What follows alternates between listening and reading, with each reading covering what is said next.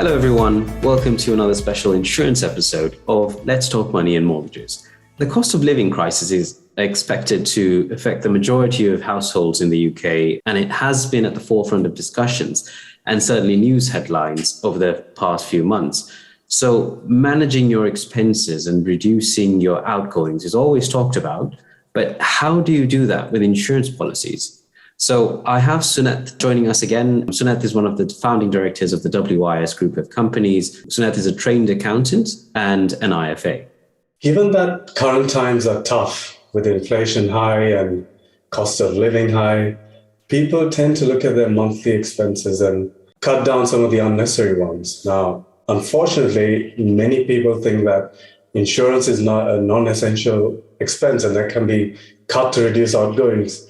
Now, this is a fundamentally flawed concept. The last thing you want to be cancelling is your insurance policies. Now, what if you had an unexpected medical bill, or if you couldn't work and therefore you're not able to meet your mortgage repayments? To help our viewers who are going through a difficult time financially, we're going to discuss a few ways of reducing your monthly insurance expenses rather than cancelling them altogether. Level versus decreasing. Now, to cover your mortgage, there are two ways of taking out a life insurance policy. One is on a level term and one is on a decreasing term. Now, a decreasing term is cheaper than a level term policy because with time, a decreasing policy will reduce the level of cover. And so it's cheaper than a level cover, which stays constant during the time of the policy. So what you can do is, again, review your policy to see whether it's a level cover or a reducing cover. And if it is a level cover, what you can do is switch the policy to a decreasing policy where A, it's cheaper, and B, the level of cover is reducing over time. Now, that could be an interim fix for the short term, again, during financial difficulties, but in the long term, perhaps you could look to switch it back onto a level cover. Now, joint cover is generally cheaper than having standalone policies. Now, for example, say you've had a life insurance policy and your spouse has a life insurance policy, which y'all are paying for separately. Now, a way of reducing the combined premiums is to see if you can have a joint policy. Now, joint policies are cheaper than standalone policies, and so it is a way of reducing your monthly outgoings. So that's something you can consider.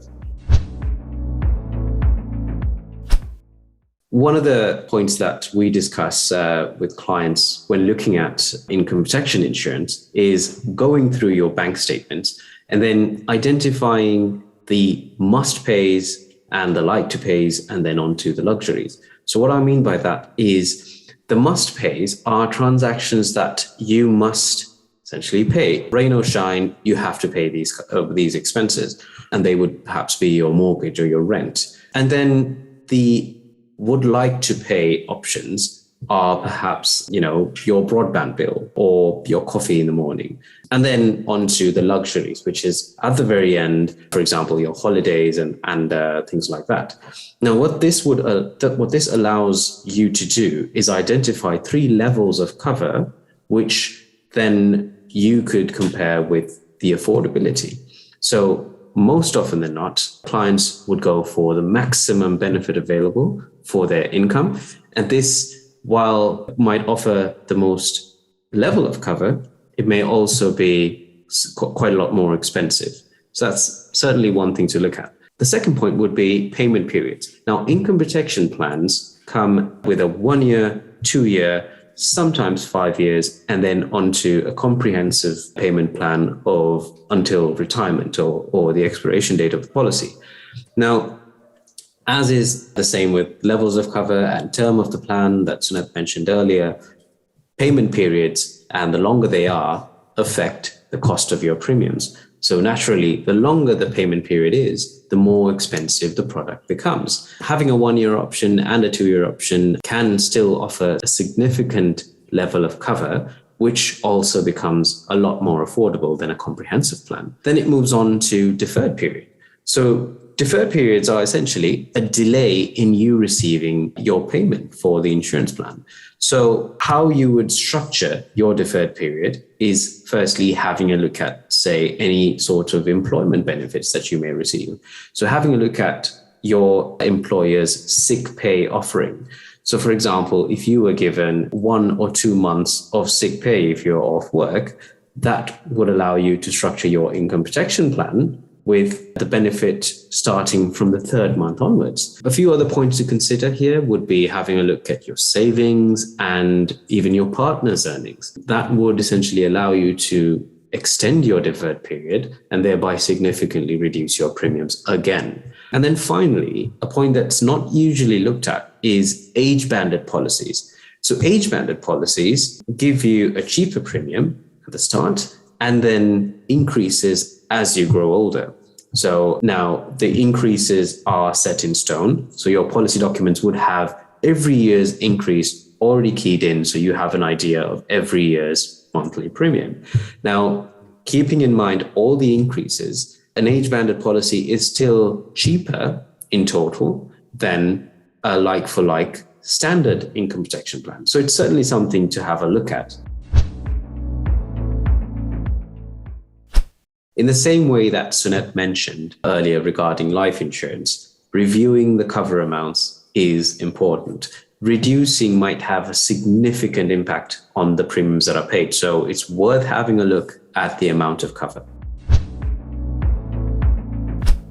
If you're self-employed or a director of a limited company, you could pay for your insurance premiums through your business.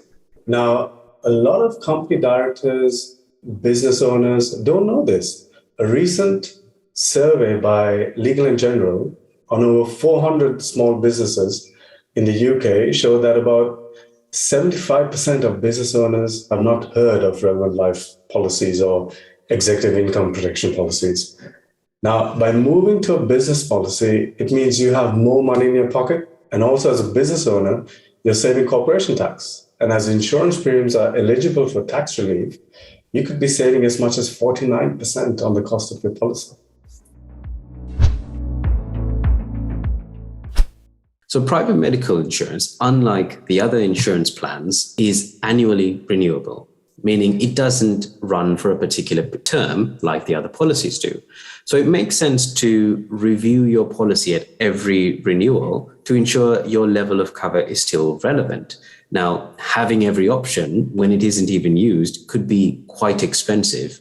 All of the points above considered, insurance needs to be viewed as an essential item when you view your expenses. Because the last thing that you would want to worry about during such a difficult period is the financial impact of the death of a loved one or the cost of medical treatment and sick pay. So as always, speak to an advisor. If you have any questions regarding any of the points discussed in today's video, you can call us on 0203 0111 968. You can also visit our website, wsbusinessprotection.co.uk.